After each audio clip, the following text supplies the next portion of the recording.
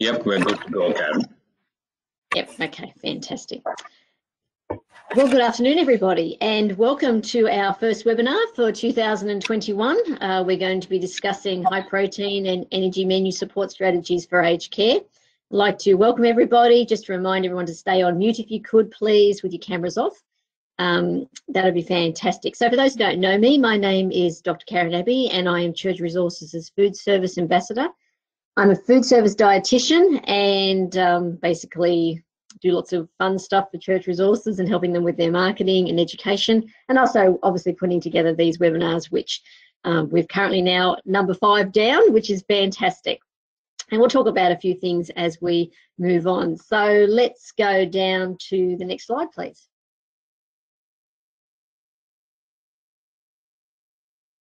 So just for some housekeeping, I'm going to, as I just said, everyone please be on mute. There will be time for questions at the end, so if you could please use the chat function, which is shown by the pictorial in the corner. Please feel free to put questions and I'll remind you as we go along to make sure that we get some really good conversation happening. This is being recorded, voice and slides only, so we've already had, I've already had someone ring me today or email me today saying they couldn't attend because they've been called in to go cooking. And so, yes, these are available for watching. So, yes, you can get the other ones off as well if you've missed any of our series, but this will be available as well. And it will also be available if you want to actually gather your team to use this as an education opportunity. So all our presentations will be up on the website. There will be a survey which we will send to everybody at the end, and we hope you will take some time to actually do that. And then basically we have some polls during the course of this presentation. So I will tell you how that operates as well. Thanks, Arbaz. So let me introduce everybody who's speaking today. So I've just introduced myself. I'd like to introduce Ian Birrell, who is the Category Manager for Food Service Solutions. Our guest this afternoon is fantastic. We have Ahmet, the Executive Chef from Summit Care, Melissa, the Food Service Manager from Food Solutions, and Blake, the National Account Manager from Presley's. Church Resources is very committed to obviously organisational procurement. Obviously, that's what we do, and we want to help our members, obviously, you know, with the very best prices, but also with their costs and looking at how the food service budgets can be used most effectively.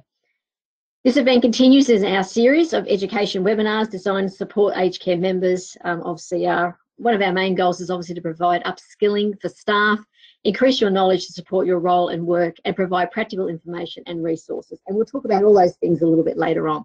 Thanks, Arbaz. So what are we talking about today? So let's all get excited and talk about protein and energy. So we're going to talk about nutrition in the aged care sector. I want to talk about energy, fat and sugar, protein, energy and nutrient density, the important role that food service plays. So your role is crucial, and obviously supporting our elderly population with their nutrition, making every meal and snack count, some powerful snacks, the power of snacks and keeping it very simple. We're going to hear from the nutrition industry and aged care, nutrition in the industry as well, and we're going to talk a little bit about procurement solutions and how that value adds to your food services, and then we'll just finish it off with a little bit of housekeeping, and obviously we'll take your questions. So as we go through, please make sure you just put a question in the chat box. Thanks, Arbaz. So let's get into the nitty-gritty of it all. So let's just talk about nutrition in the elderly and why this is important. Well, it is basically because as we age, we get frailer and we do need some special care. It's important to understand that as we get older, unfortunately, our body does decline in its function and its strength, and that's why nutrition plays a crucial role. Issues of poor eating, small meals, texture modification, all can impact upon someone's nutrition. The inability to eat, using utensils, cutting up food, dentures, all also impact as well.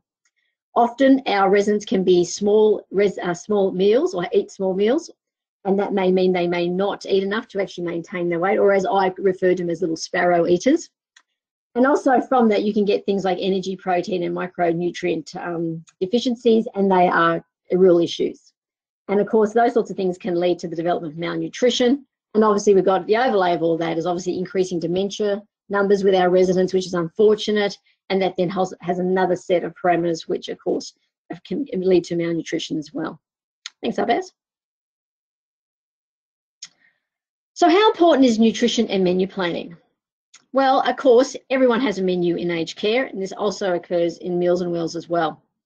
And obviously, the menu really is the sole source of nutrition. And as we would have found out over last year, there was a lot of lockdowns where residents couldn't get loved ones coming to visit and not bringing all the goodies and things in. So the menu actually is really important because these population groups really rely upon it as the sole source of nutrition. And even in Meals and Wheels, when you've got people maybe only accessing one meal, sometimes those clients actually separate the meal into two. And so therefore, again, that has some issues around that. So again, menus play a really crucial role. How they're planned and put together is essential. It's really important, obviously, we want to plan our menus around our clients' or residents' preferences. Then they'll like eating what's on the menu, which is obviously really important. And it's important to keep menus evolving with meals, get resident and client feedback to make sure that they're getting the sorts of foods that they actually like to eat. And menus do need to be both energy and nutrient dense, and obviously provide some protein across the day and really good likable sources as well, which is really important. So the menu is actually really important. It obviously is the foundation and the key of any food service operation, and that way we all need to make sure that those menus are going to be updated with preferences so the residents engage with the menu and actually like what's on there, which is essential. Next slide. So what is malnutrition? So we're going to have a little bit more of a discussion about this when we speak with Melissa, but basically it is quite rife in the aged care sector. I'm not going to hit you with lots of statistics, but generally it is around, it's both in the community and in our aged care homes. Usually it's because people lose weight below their healthy weight range. So if you think about yourself, we all have a bit of a weight range. Like mine's about 45 to 55, and if I fell below 45 kgs, then basically I would actually, and I kept losing weight, then I would actually be classified as probably becoming malnourished. So it's really important that we keep our residents fit and well, and also not lose weight unintentionally, which is important. But if malnutrition does develop, it actually does lead to a whole gamut of other issues. For example, reduced immune function, increased risk of fall because you become weaker, because you lose muscle mass, pressure injuries and delay wound healing, decreased functionality, independence, and decreased quality of life. Other things that affect this as well is obviously we're getting old, so the body doesn't quite work the way it does. Our digestive system starts to become less efficient. We have taste changes. Don't know anyone else, but I used to actually hating dark chocolate. So even people, as we get older, we start to, and now I love eating eating dark chocolate. So it really is this thing, our tastes are continually changing, and that really does occur in our elderly. And one of the areas they really like the most is actually sweets. And that's why the dessert menu usually is popular. People are on a lot of drugs in aged care. We can have a discussion about that at some stage, but generally there's a lot of polypharmacy, chronic disease, they may have diabetes, they may have high blood pressure, they may have other issues that are going on. Special diets also, and they can become restrictive within the menu. Texture modified diets is one of those, and they actually also do reduce choice. And then also we have micronutrient deficiencies, where sometimes you may be within a healthy weight range and have one of these as well. And if you're a small eater, that is certainly something that could occur as well. So malnutrition is, it's quite known in aged care. There's been a lot of discussion about malnutrition, especially from the Royal Commission that's just come down. And it's something that we really need to be on about all the time, make sure our menus are delivering what we need so that basically we can help residents not become malnourished, or if they are malnourished, do something about strategies and nutrition strategies to actually obviously help them become unmalnourished. Thanks, Arbats. Oh, I lost my slides. Okay, now, so I hope everyone's got their mobile phones. Got their mobile phones handy. Now this is we're trying a new thing today. So you all know QR codes. So basically what you need to do is open up your camera and actually take the QR code that's right there. So put the phone up to the screen so that we're trying this for the first time. See how that works. And that'll take you straight to Mentimeter, because I'm doing it right now as I'm speaking. And if you can't do that, go to www.mentimeter.com on your search engine and then punch in the code 51085143. So that's 51085143, and we'll take the next slide up if everyone's done that, hopefully. We'll give everybody, okay, so, people are now doing exactly that, which is fantastic. Okay, so the first Mentimeter poll is which one of these macronutrients contain the highest amount of energy per gram? So how are we all going with that? So you just have to, on your phone, just hit the thing and hit submit, and basically it comes up. So we'll just get everybody a couple of chances. I know now how many is on board, so we'll just give everyone a little bit of a chance to get on board. So for those who've just joined, if you go to www.mentimeter.com and use the code 5108 5143 if you haven't got the QR code, and we'll show the QR code for the next one anyway, and you can join in then, because we've just actually had a couple more people come on board. So here we go. Oh, it's still juggling around. So is it alcohol, fat, carbohydrate, or protein? That is the question. So we've got 17. Okay, fair enough. Okay, the number hasn't moved. Fantastic. Okay, we'll go to the next slide and I'll tell you the answer.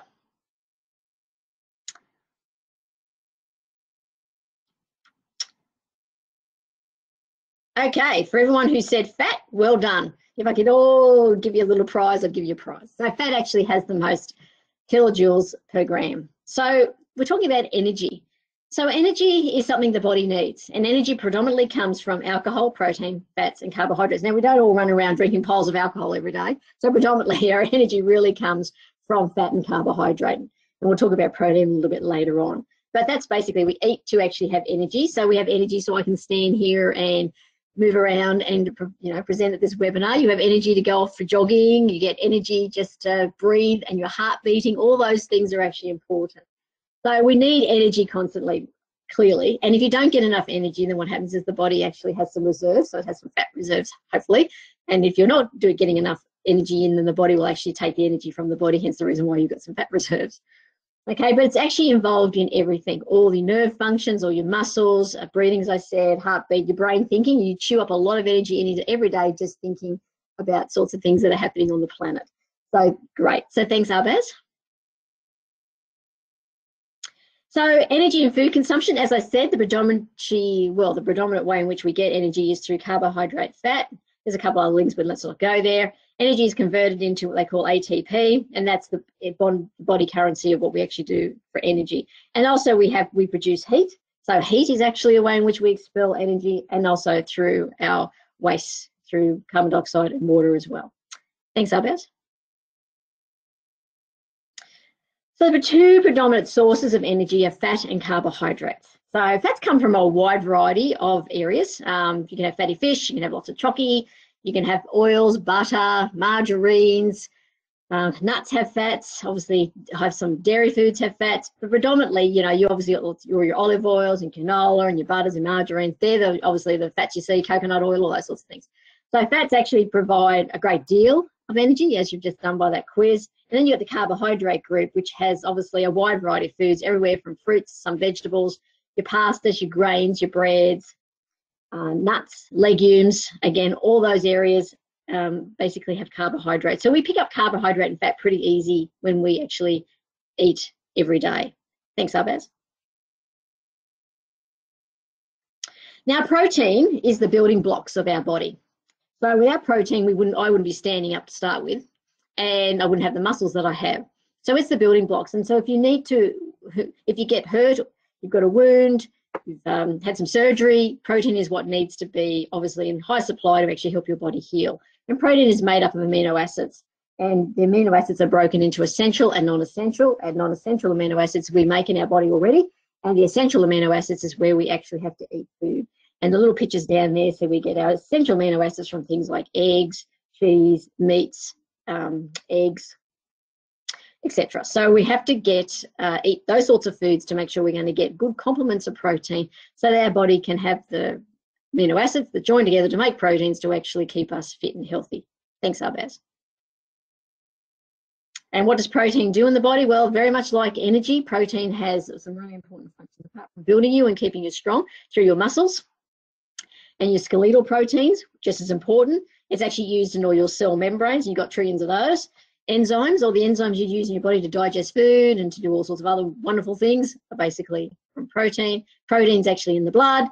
You have signaling proteins, obviously through your nerves, and then obviously proteins for your immune system. So you can see how important and why we kind of, in aged care, rabbit on a little bit about protein and how important it actually is to make sure you're getting good sources of protein every single day. Thanks, Arbaz. Okay, so the sources of protein, obviously from that photo, as I said, eggs, meat, Meat, red meat, white meats are important, and they're actually what we call complete proteins. Then you've got all your legumes, your grains, some vegetables, milk, cheese. So again, protein's not hard to get. We actually have a diet full of these sorts of foods, but you've got to be making sure that you're actually eating good sources all the time. Thanks, Arbaz. Okay, so for those who just joined us, because I've noticed a few people come in, if you want to put your phone up to the QR code, okay, and then zap that with your little camera, and then basically you'll be able to go straight into Mentimeter. If you can't do that, just use www.mentimeter.com.au, and the code is 51085143. So let's see how we go with the next. For those who are already on Mentimeter, you should just be able to go straight into the next quiz, which will be, and we're doing, which one of these foods provide the best source of energy and protein? So let's see how we go.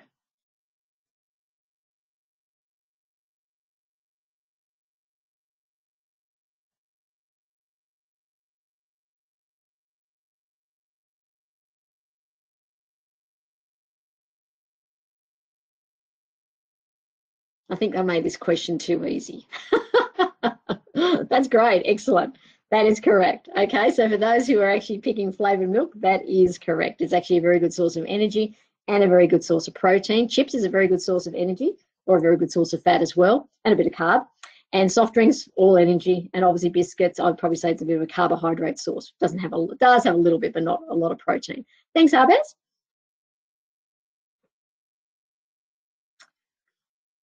So I want to talk just briefly about energy and nutrient density. I don't know if you've heard these terms.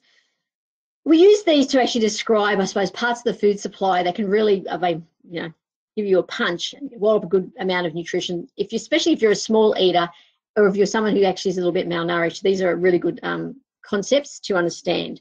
So energy density is basically our foods which have a good source of energy. For example, fried foods, chips, lollies, and soft drink. Those other three photos on that diagram would be an example of that.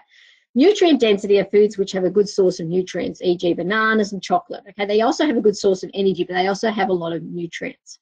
The thing about when we look at deal with aged care, if sometimes someone's malnourished, they don't want things that have got like empty calories. So even if, for example, they like drinking water, even drinking something like fruit juice or soft drink would actually give them more energy. And if you then want to drink milk, you then get the energy plus the nutrients. And I think a good example of showing what energy density actually is by the photos below. So you can see basically the boiled potato has 34 kilojoules per 100 grams. And you see the packet of chips has 2,233 kilojoules per 100 grams. Now you can probably understand why our country population may be slightly obese if we're eating a lot of chips and a lot of packets of chips and lots of other foods as well. I don't want to just pick on, I like eating packets of chips. But you can see how you can change the humble potato, like just plain boiled potatoes, and do something like roasts increase the energy density, making them into chips increases the energy density, and then into eating packets of chips actually really increases the energy density. So that's a very, very good example of what energy density would be. And an example of nutrient density would be, for example, if you took, say, like a glass of milk, you then added some protein powder to it, you would then add nutrients, and then you might want to whack in some more ice cream and might add some additional calcium and things like that. So that when you do things like high protein energy strategies, you are naturally adding energy and density to what you are currently doing. Thanks, Arbaz. So here's a biscuit example. I love this one. I always think, well, I should have had shares in biscuits. I swear I've missed out. I should have, because I've never, the aged care sector uses a lot of biscuits. But anyway, let's talk about the power of bickies. So as you can see, the plain biscuit, the Tim Tam, the biscuit with margarine on the milk arrowroot, the biscuit with cheese and shortbread. As you can see, the one that's got the most energy for a biscuit would be the shortbread biscuit. Okay, the one that's got the most protein would be the one that actually has the biscuit with the cheese. Okay, and if you want to look at something like chocolate biscuits, for example, Tim Tams actually have a little bit more protein than just a plain biscuit. If you want to talk about fat, obviously the shortbread and the Tim Tam and the biscuit with margarine obviously increases the fat content. So it's not very hard to take a little humble biscuit and actually use a high protein energy strategy to make it a little bit something different, a little bit more, give it a little bit more oomph. However, if you want to actually do something that's totally yummy, and I'm sure every resident would like, is actually offer things like Tim Tams, and I've seen aged care homes doing that, or really yummy, scrummy chocolate chippy cookies and things like that. So again, biscuits themselves which is a highly used snack in aged care, could actually also become part of a solution and a little bit more higher in protein just by changing ever so slightly what kind of biscuit you're actually serving. So I like the power of biscuits. I think it's something every aged care home is easily can integrate as a high protein energy strategy. Thanks, Arbaz. So every meal does count. It's actually really important, I think, to think that sometimes you've got residents who sometimes just go a bit off their food. They're the ones you really need to jump on, and you need to, to make sure they're actually not going to fall behind and become malnourished or start losing weight. Also, I suppose when residents go off to hospital, we've always got that issue when they come back, they may have lost a couple of kgs and stuff. So every meal actually does count. And it's great for the residents who are actually eating well, but for the residents who actually aren't little small eaters, this is actually really important. Everybody requires a certain amount of food every day. If you overeat, you put weight on. If you undereat, you actually lose weight. And I really do emphasize the fact that while we focus on breakfast, lunch, and dinner to make them high protein and high energy, sometimes we actually disregard the fact that mid-meals can be equally as important. And a mid-meal snack is because it's small, usually some sort of finger foodie type thing, and it can be easily consumed. So it's not an overwhelming meal. Therefore, you can prime nutrition. So anyone who is a little bit malnourished, really you should be looking at all main meals and also the snacks. Anyone who's a small eater, you probably should also be looking at those mid-meal snacks as a little opportunity to squeeze in a little bit more nutrition. Thanks, Arbaz. Okay, so here's the last one. So if you'd like to get out your Mentimeter and type in for me what you think makes a good high protein mid-meal snack. So we just type the word in, that'll be great. I'll try and start you off with something. Doesn't matter, don't worry about the spelling.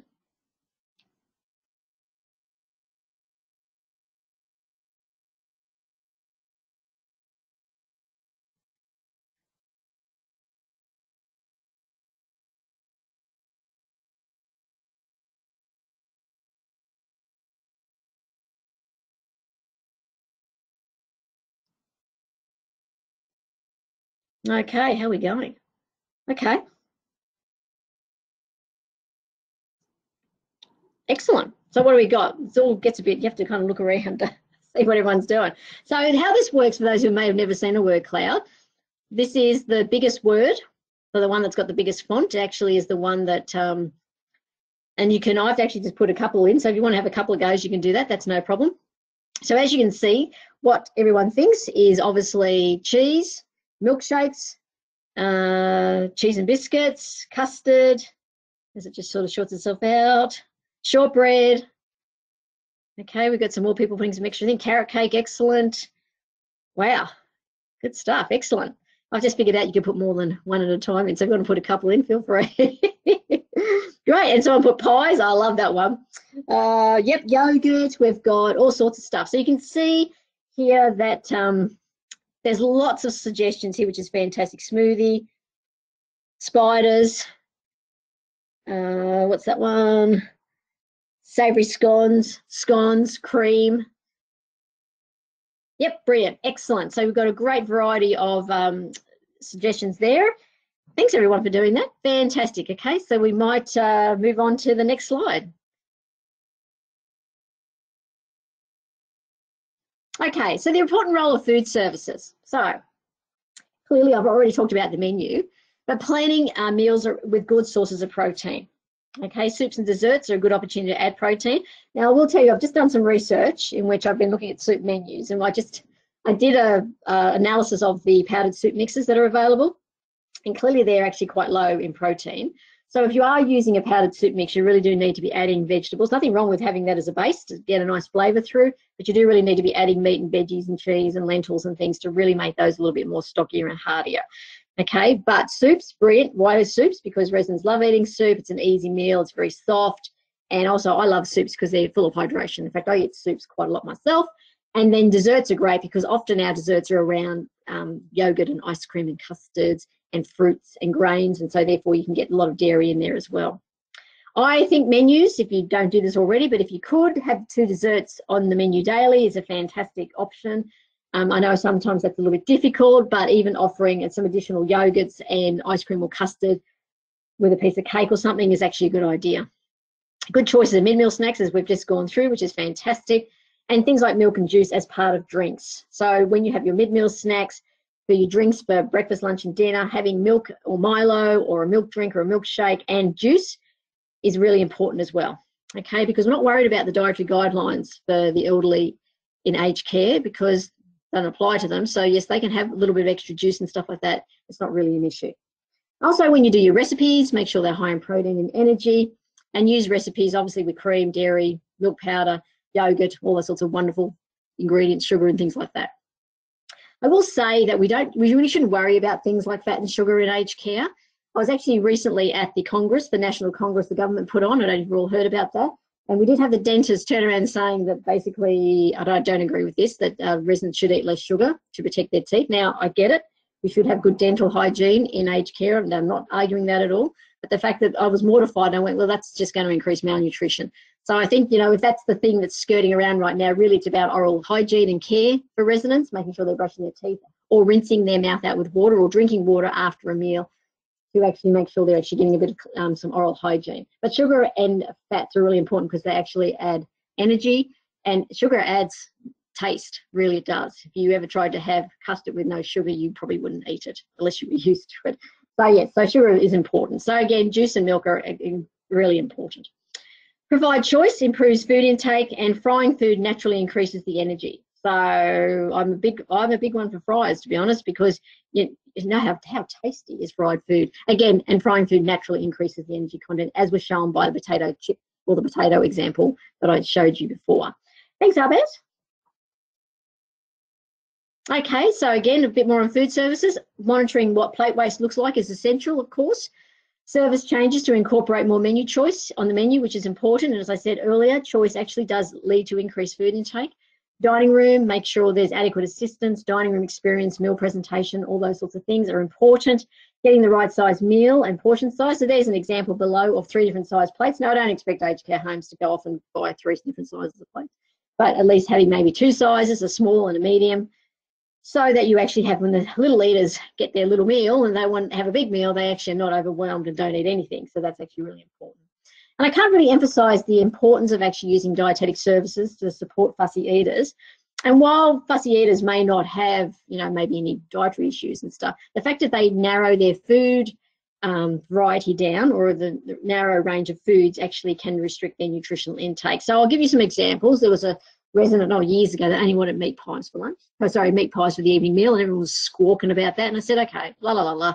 The resident's entitled to have what they want, so I don't have an issue with the resident wants to have a meat pie with tomato sauce every night. However, what I did do was actually make sure that the rest of the day was pretty adequate. So they were getting some dairy, some fruit, some other sources of protein, those sorts of things. And that's really important. You might hear people that don't want to eat a cheese sandwich, that's all they eat for the evening meal. So when they have those sorts of things happening in aged care, you just need to make sure.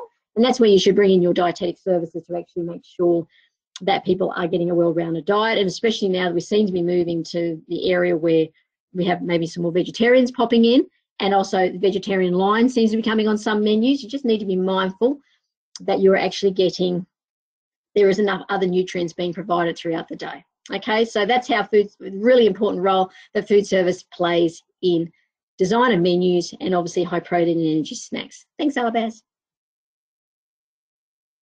Okay, so I just want to quickly talk about some mid-meal snack strategies. So we talk a lot about nourishing meals. As I said, we also need to make sure mid-meals can be nourishing as well. They're obviously small, often finger foods, can be both savoury and sweet, good opportunity to get extra energy, protein and calcium, and a good opportunity to provide choice. So next slide. So here's one idea for you all, the basket of snacks. And you might do this already, fantastic. But this is about choice and engagement. Now, often, if you don't have a lot of space on your main meals to put a lot of choice, you can hit your mid-meals and actually offer a little bit of additional choice, and that can bring choice onto your menu. So a basket of snacks is exactly what it is. It's a basket of maybe 3 or 4 different types of snacks. For those who are on Meals on Wheels, you could maybe put a little snack as part of the meal package that goes out, just to brighten up someone's day as well. So you have 2 or 4 snacks, a couple of bite-sized, easy-to-eat things, small packets, PC little chockies or chips or little muffins, or there's a whole range. We have those little portion control things. puree apple, all sorts of things you can choose. I mean, if you want to put a little, as a treat, some little bag of lollies or something, whatever, ask your residents what they would like to have in snack baskets. And I'm not saying doing this every single day, but there might be an opportunity to do it once or twice a week, and that would really change over how your mid-meal snacks look anyway. So I think that would be fantastic. Next slide. And then you can have the trolley of snacks as well. So this is, again, a little trolley loaded up. This one's got popcorn on it, all sorts of, has dips and vegetable sticks. It has obviously some fruit salads. It has, drinks and some snack bars and stuff. So again, toddling around to your residents, and they get to see lots of different snack ideas, which is fantastic. And then they get to maybe choose something they really want to eat, and I bet you they'll eat the whole lot. So again, nice little snacks, things that people can actually eat, easy to put together, and not a real strain on how actually that can function and operate. So your trolley of snacks and your basket of snacks might be something you can do to increase your choice as well, and actually bring a little fun and choice to your mid-meal snacks. Next slide. Okay, so Amit, so we'll just get Amit to actually put his camera and his microphone back on. I'm just looking for him to come back on. There you go. Hi, Karen. Hi, how you going? Thank you, Amit, for joining us this afternoon. Amit's from Summit Care, and he's the executive chef and looks after, I think, is it 10 or 11 homes, Amit? 10 homes. Okay. 10 homes. Fantastic. Okay. So we're just going to have a bit of a chat about what Amit does in terms of Summit Care's way in which they deal with nutrition strategy. So if I can ask you to start off with what kind of nutrition strategies you use to support protein and energy intake. Look, Karen, we are very lucky to have Melissa on board with us as a dietitian, and obviously, she gives us a Bible which we read every day, especially my staff. So I think her involvement does help a lot. But on top of that, within Summit Care, and especially the site I'm based at, we do mid-meal snacks. We got fruit bowls all over the place in the dining areas and lounges. We do have fruit bowls all the time, filled up 3 to 4 times a day. And obviously, we got different lounge areas in the home where we got tea, coffee, and cheese and biscuits. We got a small fridge as well, where we can leave snacks for the residents as well.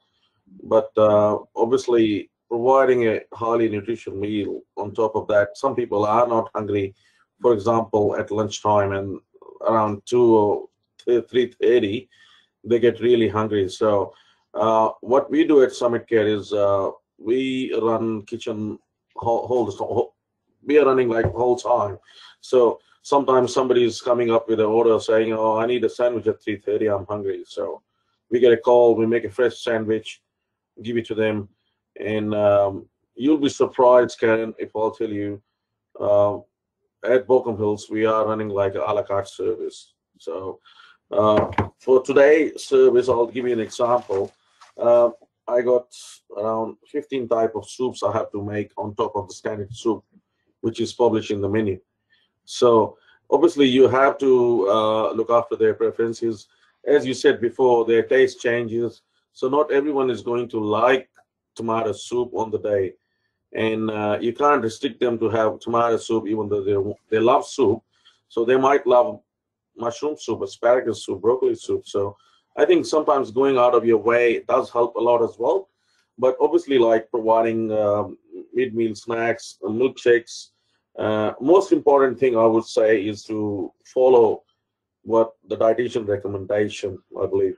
That is very important. You have to make a habit of that, how it is communicated.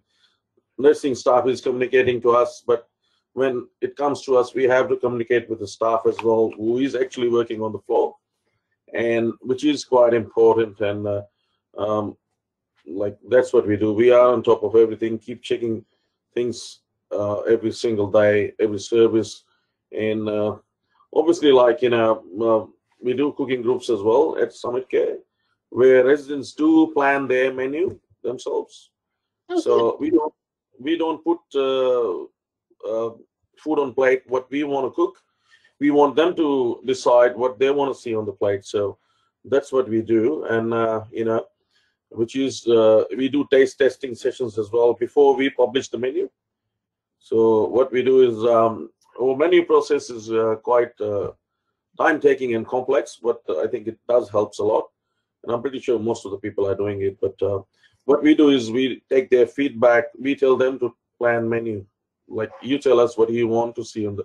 So for example, I got 5 favorite dishes they put on the menu, and obviously the majority wins. We want to keep everyone happy. So if somebody got, say, for example, lamb chops is a popular item, so everybody will say, I want lamb chops. Maybe a couple of them will say, oh, I want a grilled fish or steamed fish. So we put lamb chops as a first choice, grilled fish as a second choice. So both can eat. Both the parties can eat something. And once they finalize the menu, obviously that is sent to dietitian for approval and make necessary changes, which we have to. And after that, before starting the menu, a week or 2 before, we actually put that food on the plate, few dishes from that menu, invite residents, let them try it, show them how it looks like on plate. And half of the things they will tell you from there, oh, you can make this a little bit like that, and their suggestions, and you have to keep them on board. And obviously after starting menu, we do a survey after 4 weeks for their suggestion to make any changes they want to. So it is quite time consuming, and we do change menu quite a lot, but I think that's the way to go. And obviously, our residents, for example, some of the residents here, they love snacks like muesli bars. And there was one of the residents, I'll give you an example.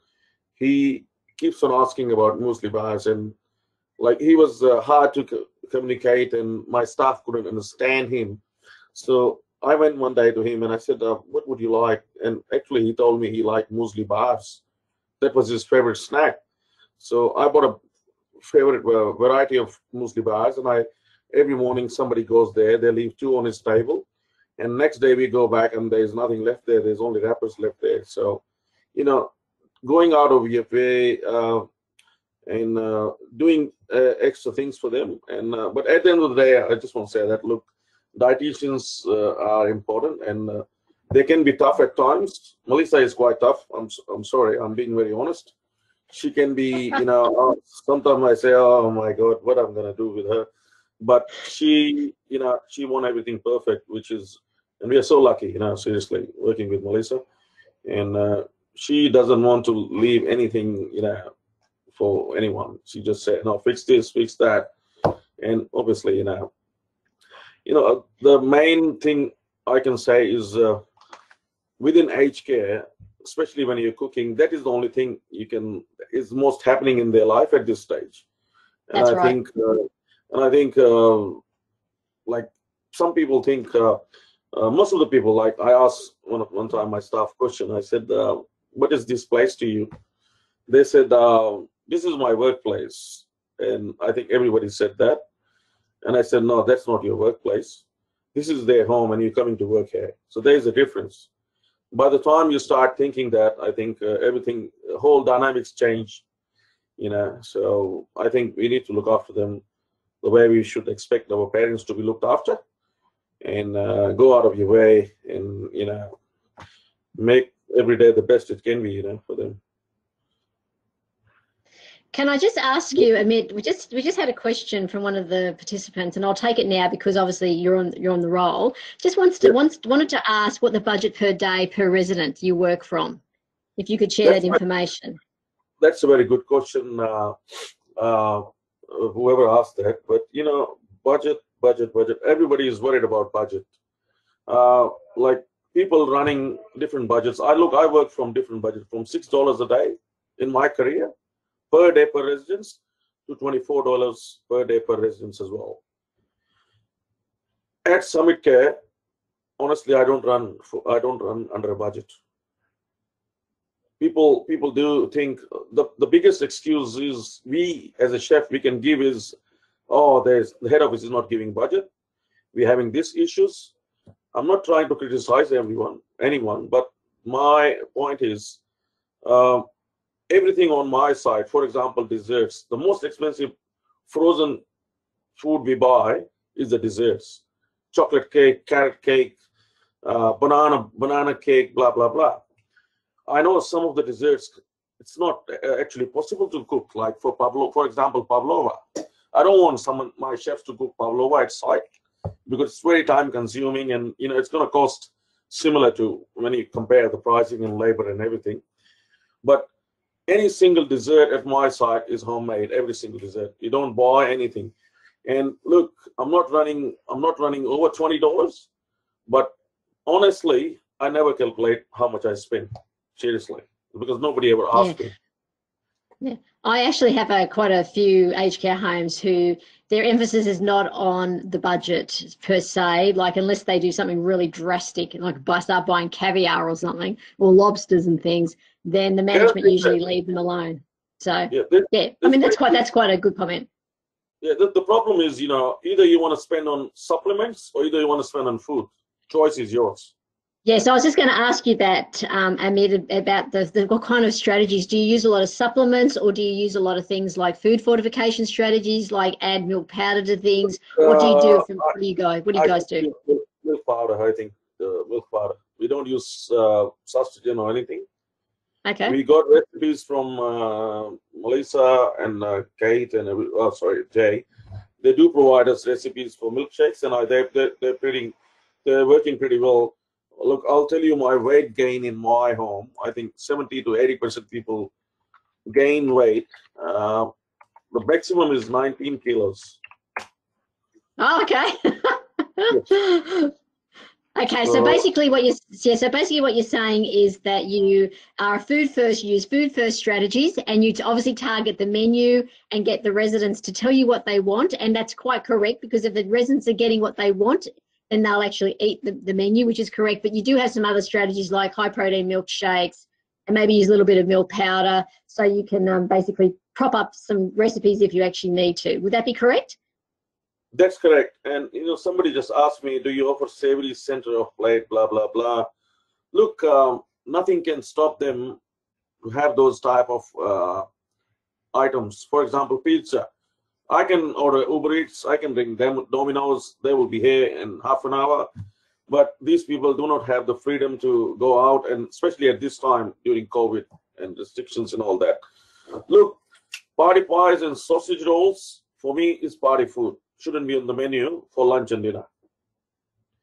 So give them as a snack, give them for afternoon tea, give them for, we do cheese and we do menu tasting, wine tasting. We do men's group, we do women's group. I got 28 functions in this month. So every day there's something going on. And pies and sausage rolls, why not, guys? They are human beings as well. They deserve every single item, but me and you eat. But I think they shouldn't be on the menu from my perspective. But everyone got different choices, And snacking is okay, but not on the menu to replace the main meal, because we all know what goes in there, Okay, I think around that question was basically if so you were saying, I think the question's about asking what the size and grams, like how big, but I think you've just answered that question by using the snack size quiches and pies and sausage rolls and things like that. Yeah, cool. Look, sizing is very hard. Some people can eat 10 pies, some people will eat one. So depending on the That's right. you can't say no to them if they want 10 pies, But yeah, that's right. Yeah. Forecasting's always tricky, isn't it? Which is actually. Oh, it is. Okay. And just one more question before we say thank you. Just one more question's been about how many chefs do you have on per day? Okay, so I got one other chef on site who works Monday, Tuesday, and Wednesday. Thursday, Friday, I'm cooking full time. And Saturday, Sunday, she's back. So she works 5 days. She does around morning 9 to 5 with me, and I got a person who is cooking, a cook who is cooking breakfast, because we serve hot breakfast every single day. And okay. Look, it's very tricky with every home. I understand some people will be struggling with our labor budget and this and that and that. I'm so lucky, I don't have to give answers to anyone. I'm sorry, I'm not trying to show off, but obviously, if you need something, if you need a labor, I totally understand. You can't run kitchen without proper staffing. But if you need something, you know, you have to justify your situation to your superiors, to your bosses. I'm not saying you say, oh, because we had a webinar and they said, no, you need to have another chef. No, don't do that. You need to keep the relationship good with your bosses as well. But please show them what you want to do, how you want to achieve them.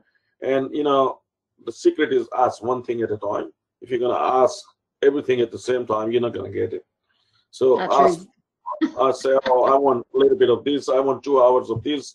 I want to order teaspoons this month. I want to order plates next month. If you're going to say, I want to order all the crockery and cutlery for this month, they're going to say, you're not getting it, you know.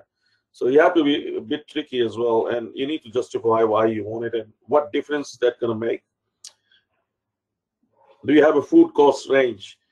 Okay, look, I do have a food cost range because I'm working anywhere between $15 to $20 per day.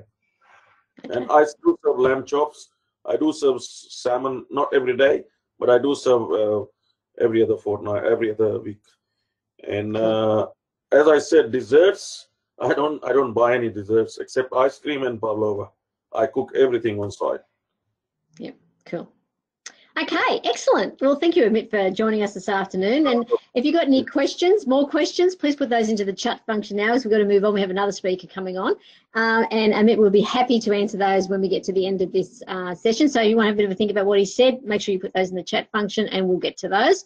So thank you, Amit. Thank you for joining us. That was really excellent. I think it's really important to hear what other facilities are doing. And I think everyone gets a great deal of information and learns a lot. So thank you so much. And we'll take the next slide, Arbaz. Thank you. Okay, I'd like to introduce Melissa from Food Solutions, and Melissa is the New South Wales Operations Manager and works for Food Service. Is the Food Service Manager. So we're just going to have a bit of a chat. So Melissa, what do you see as the issues in aged care that dietitians are really dealing with? Look, I think on the ground, from a clinical perspective, unfortunately, Karen, I didn't get your memo about boring people with stats. I've put in a stat. No, I knew there was a 68 there. No. I knew your stat was in there, so I left it. You're the only statistic.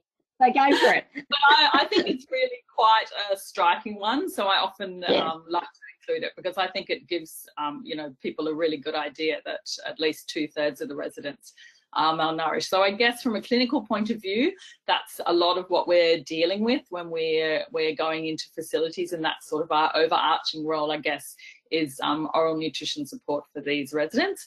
Obviously, we are, you know, we're here to support homes on things such as texture modified diets.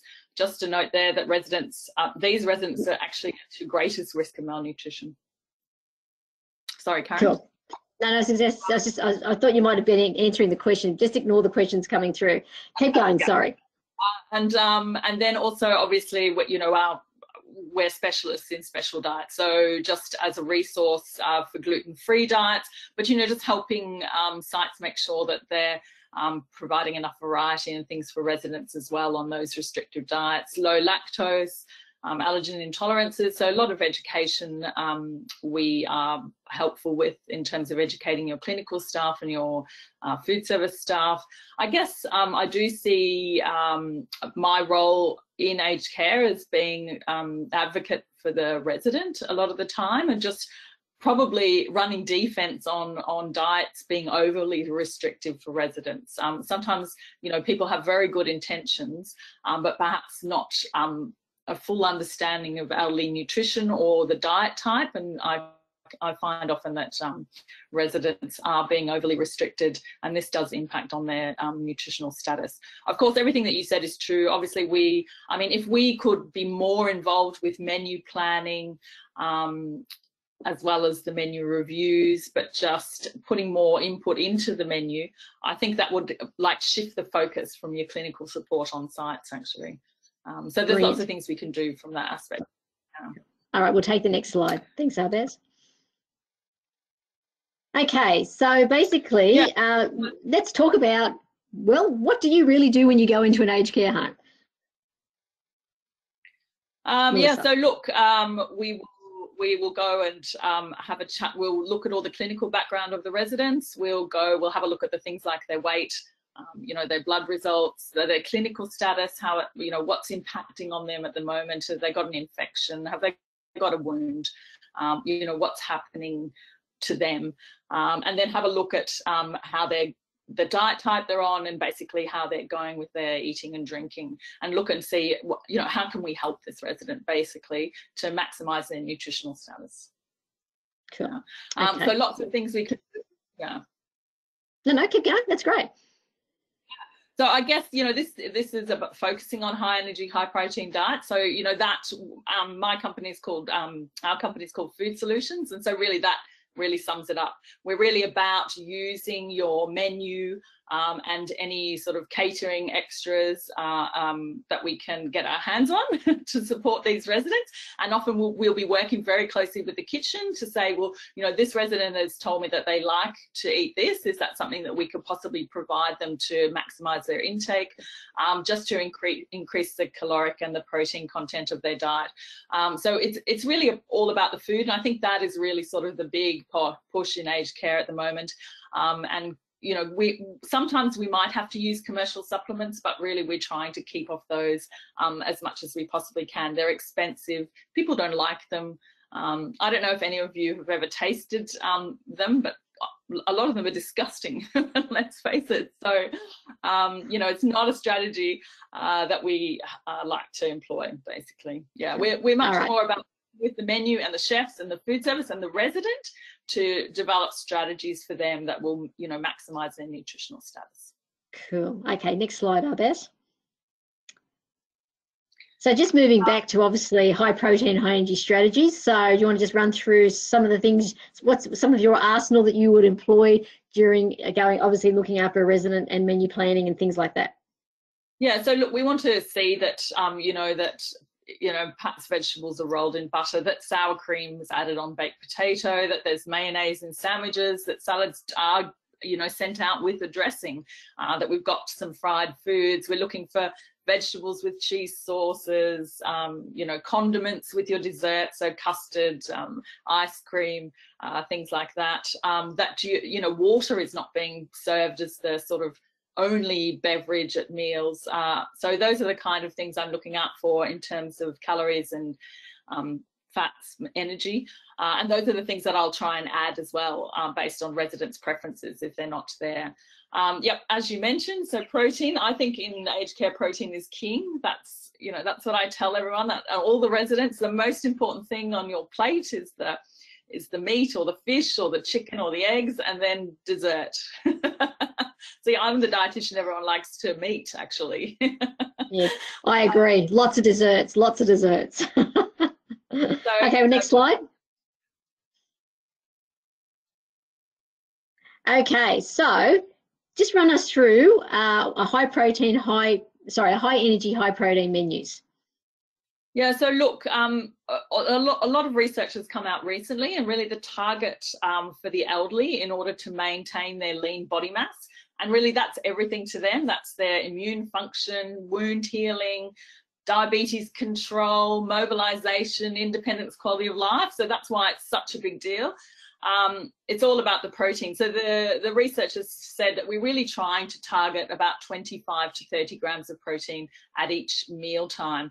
We do know from the research also that it's breakfast and dinner where we're struggling a bit. So lunch seems to be fine. Mostly everyone's managing that, but it's breakfast and dinner we really need to focus on. So, you know, it's really important. I often say to people, if you don't have a hot breakfast every day, I mean, I get it, but even just offering a boiled egg to people at breakfast is a really easy thing to do. You know, it's not time consuming, it's not expensive, but it'll push your protein content up at your breakfast, along with your nut butters and your yogurts, things like that.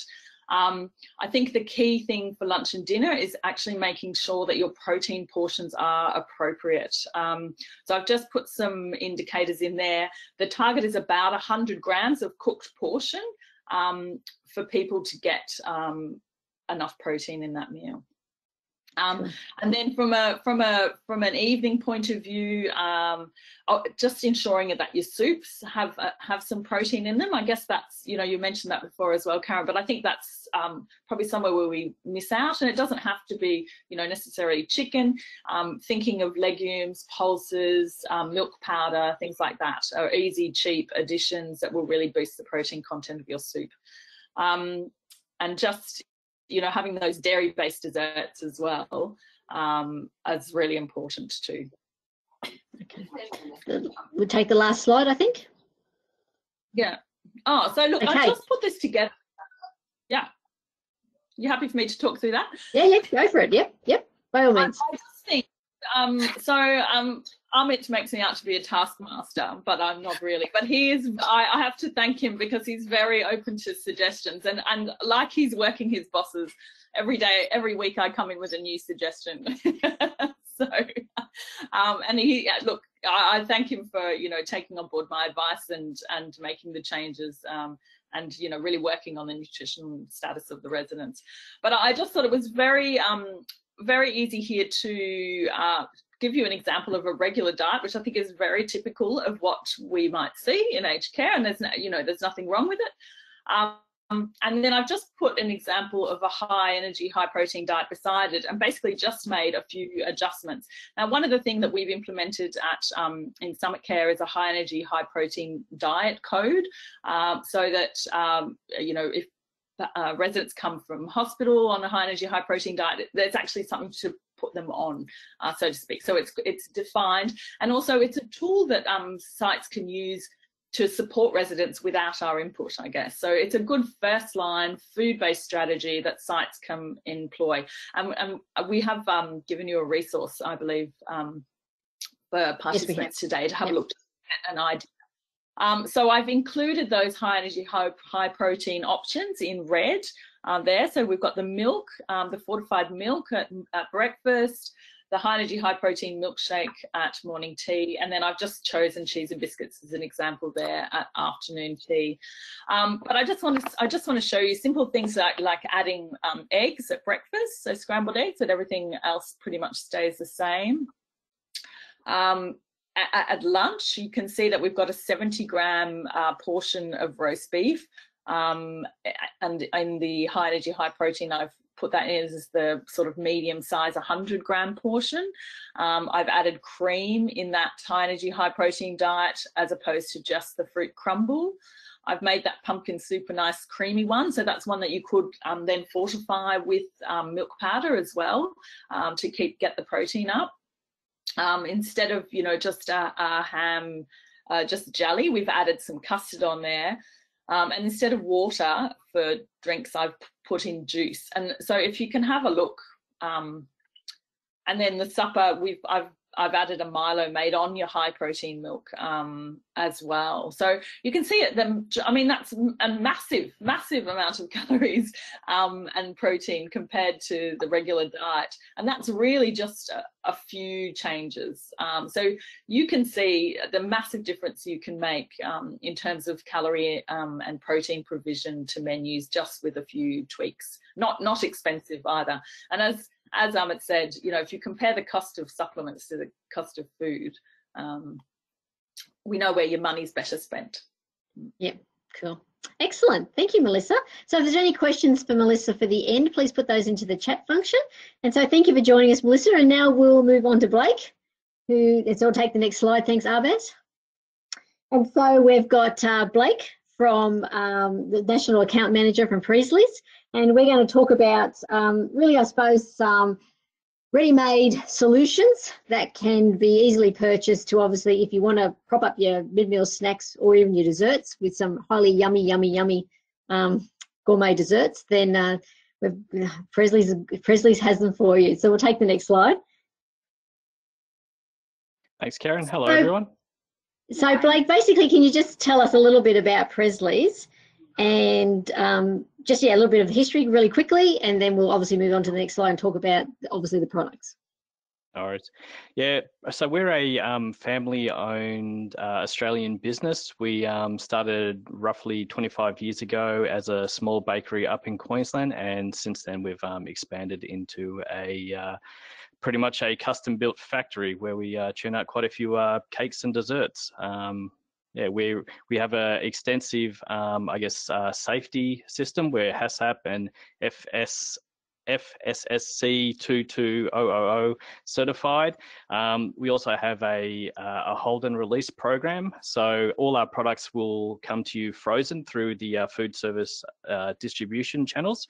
And so what happens when we make a product, we actually swab the product and it gets held until we get the results back to see if it's grown anything. So food safety is very important to us. Wow. Yeah. So that's a very good quality program. We'll take the next slide, Arbaz, then we can talk about the yummies. So you've got obviously an enormous array of products, clearly, and they're also very high in energy and high in protein. Just want to talk to us about how you make your product, not how you make it, what kind of products you make, and then basically how can people buy them? Yeah, so we actually, when you sent me the email about it and we ran the report of all the products that did have more than 4.5 grams of protein, I was actually surprised at how extensive the list was. I think overall we've got 200 plus products, but 83 of those actually have 4.5 grams or more of protein per serve. A lot of it comes down to, I guess, the fact that we do a lot of gluten-free products. So there's a lot of things like almond meal and there's a lot of nuts in the product. Also a lot of cheesecake. So you'll find on our list there's a lot of cheesecake products and also a lot of chocolate. So they're quite energy and protein rich ingredients that we use in the products. And they look really yummy, which is nice. And also you can buy them single serve. They're like a little PC option. You can also buy them in slabs. Is that right? Yeah, that's correct. So there's a whole range of products. Some of the products will come uncut, say, for instance, the strawberry cheesecake or the boysenberry cheesecake or the passion fruit cheesecake. Quite a few products do come individually portioned.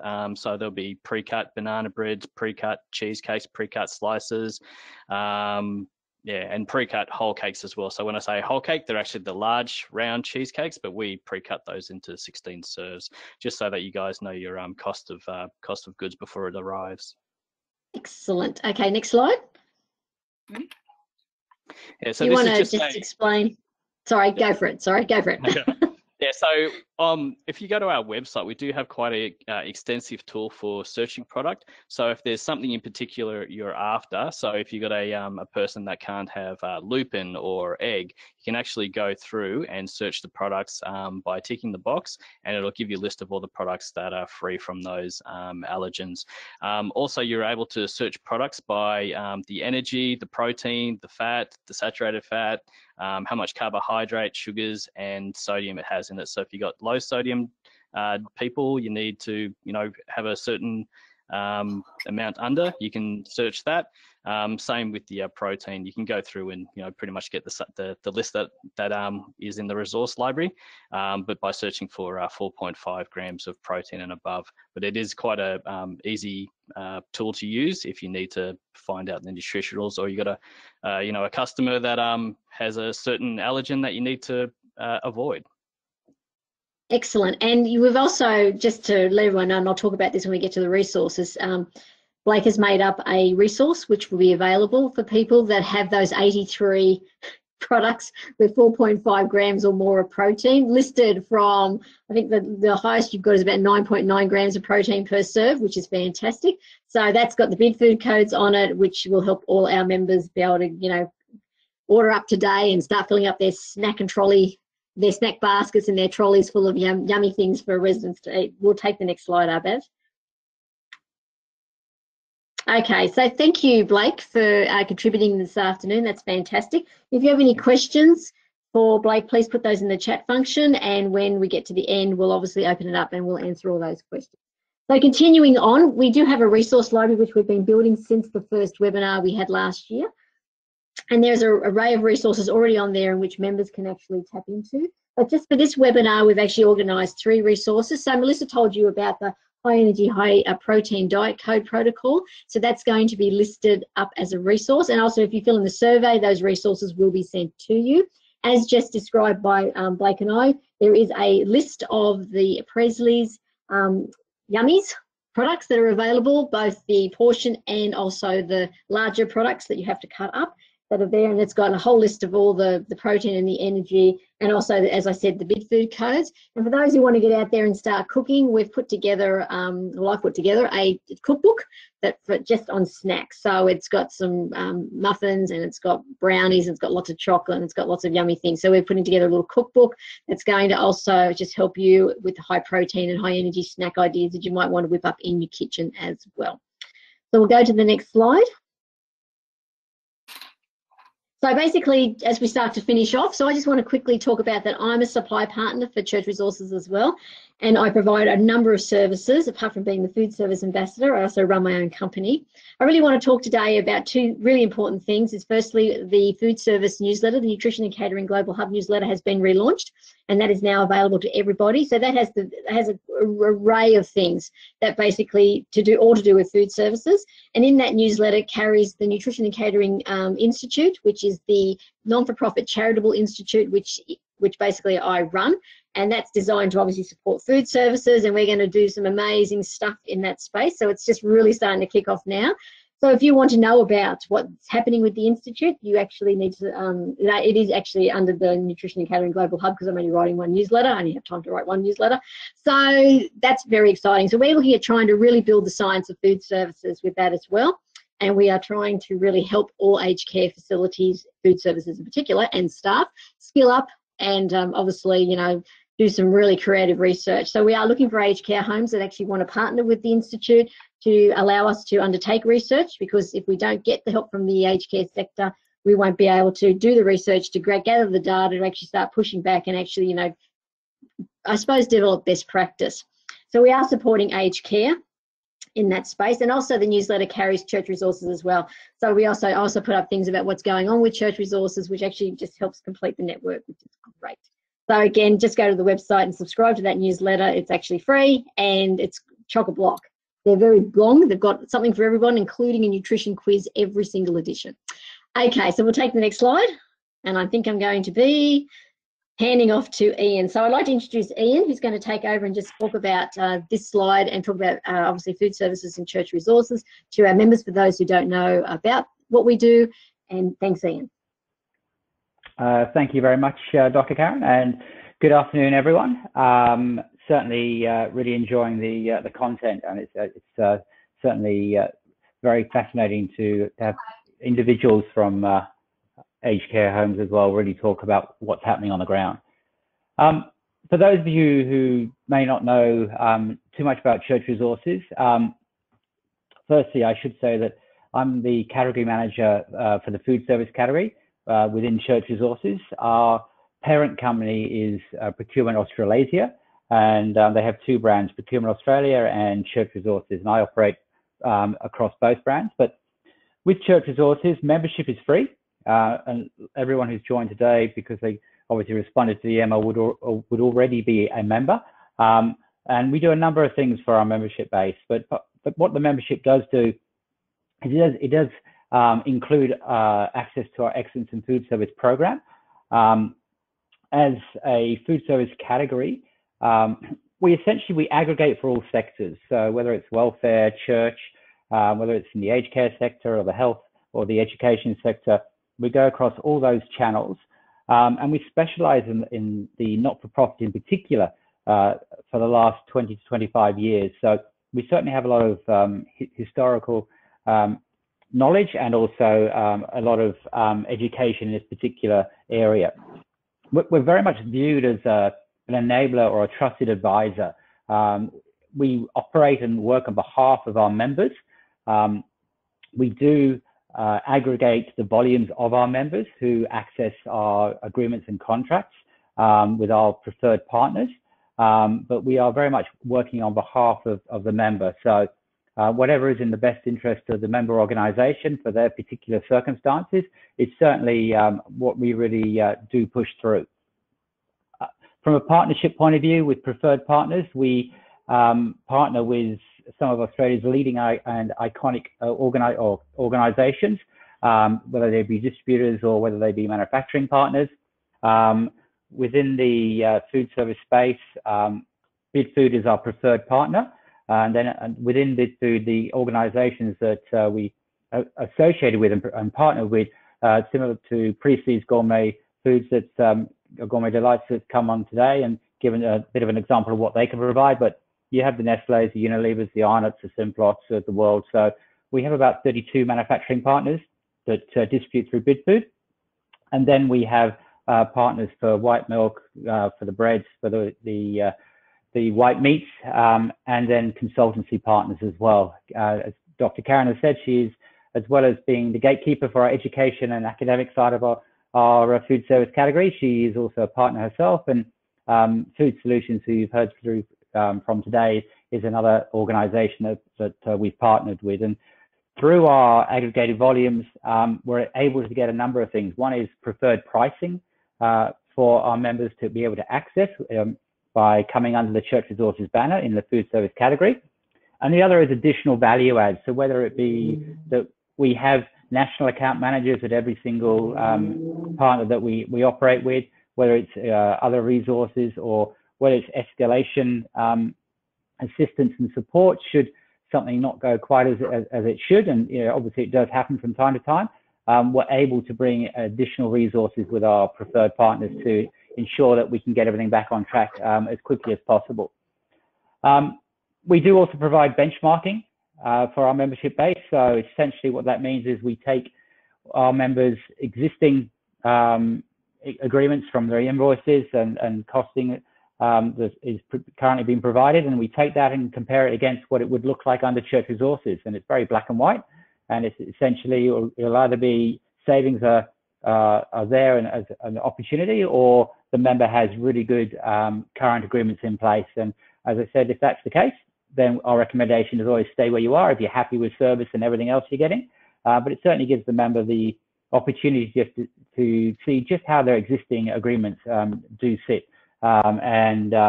We do that on an ongoing basis for a lot of our members. Educational events is part of the food service category, and this is a really good example of one of those. As Dr. Karen has said, this is our fifth one, fourth in the aged care. We've done one in the education sector, and we certainly intend to do more of these. If there's anything in particular you'd like to hear about, please do let us know, because Dr. Karen can certainly put a webinar together around any topic that you require. But these educational events are really important to us. There's a lack of, I suppose, information education in this particular sector that is provided or isn't provided without a cost. So it's really important that we give back as an organisation and provide these events for our member base without having a cost associated with it. And we also have newsletters going out. Dr. Karen has her one from the NAC Global Hub. We have our food service newsletters go out quarterly, which give information on preferred partners as to what is new, what is current, what is coming up, anything educational or information based that they want to put to the members. And there's some really good information there. So really important that everyone lets us know if they want to receive that, and then we can add them to the distribution list. And our blogs and information is available on our website. You can go to the Procurement Australia website and go to the Food Service Solution, and you'll see not only the blogs that have gone out, but also the past webinars that we have carried out, and you can sit and go through those as well. And also this one will, as it's been recorded, it will again be loaded up into the website so that you can go back through and have a look at it as well. But I'd just like to thank everyone for their attendance and enjoy the rest of it. And if you do have any questions, put them in the chat function. I've seen a few more come up, and we'll go through those in a short while. With that, I'll hand you back to Dr. Karen. Thanks, Ian. We'll take the next slide, Arbaz. Okay, so basically we're going to be coming down to the end. So just to summarise what we've actually spoken about today, we've obviously talked about elderly nutrition. We looked at the importance of protein and energy, the importance of how to plan menus and provide good protein sources, obviously the role in which snacks can play to support your intake. And I'd just like to thank our guest speakers for actually helping us out today and providing some really essential information. You will be getting a survey at the end. Please take some time to fill it in. It's really valuable. We got so many good ideas and information from the surveys that have been filled in from last year that really help us shape how these webinars are going to move through this year, and we're really looking for doing some exciting things as well. So please feel free to take some time. It doesn't take long to fill it in. Tell us what you think, how we can improve. Positives, negatives, all information is welcome. And also we'll be sending out those nutrition resources to those that actually fill in the surveys. That'd be great. I just want to tell you about the next event, which is planned for the 15th of April. This is going to be a meal presentation webinar. And I will say we're going to be stretching our wings a little bit because we're actually going to be beaming into Unilever's kitchen with Executive Chef Andrew Ballard and doing a live how to do meal presentation. So this is one not to miss. Just join to see how we go, because it's going to be a little bit different, but we really urge everyone, if meal presentation is an area you need a little bit of help with, or you want some quick and simple ideas, then this is what this presentation is going to be all about. You can also go back and have a look at our choice webinar on the website already. It has some just some basic presentation tips, but Andrew's going to take us through some really amazing things using one of our supply partners' ingredients to show you what you can do and how you can make things, take, I suppose, your plates to a 5-star kind of presentation. So that's going to be exciting. So we hope you can join that as well. So I'll have the next slide. And basically, if you'd like to contact either Ian or I, please use these details below. If you've got any questions around the solutions and you'd like to talk to Ian more about that, feel free. And I'm happy to have a chat to any of our members. If you'd like to give me a call, you'd like a question, general information, of course, more than happy. A question about this webinar, please feel free to obviously give me a call so I can obviously provide you with any additional information. We'll take the last slide. So I'd like to say thank you. Thank you to our admin. I'd like to thank Melissa and Blake for actually joining us. If they can put their cameras and unmute themselves, I'll hand back to Ian and he's going to obviously moderate the questions that have come through. That would be fantastic. So Ian, off you go. Thank you very much, Karen. Amit, there was a question that came through in regards to your functions.